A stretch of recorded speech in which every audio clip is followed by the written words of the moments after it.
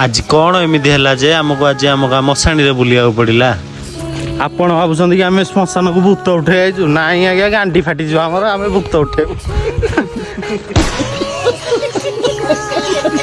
तो hey guys मु दीदी आपणकर गाँ टका तो चलतु मु आज देखा जाऊँगी आम गाँव में पड़ी रही 1000 वर्षर एक पुराना मंदिर को पुणी सी आम गाँ श्मशान रे।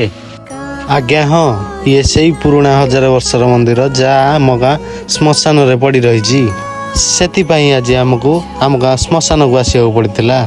मु किछि वयस्क व्यक्ति शुणी यह मंदिर उपरिभाग अंश आउ किछि अंश माटी तले पोती हो रही है। आज्ञा हाँ, यही ग्राम रे रानी पद्मावती आउ राजा किशोर चंद्र देवभंज रोते बोली यार नाम केशरीगढ़। आउ गोटे कथा शुणिले आपण मैंने आश्चर्य हे यही जगार आगुरी आम गाँ थिला जहाँ कमलाडीह नाम अवस्थित किंतु एबे यही गाँ आग घुंची जाई एक सुंदर गाँव रे परिपूर्ण हो जाइछि। तो देखंतु यार किछि व्यू।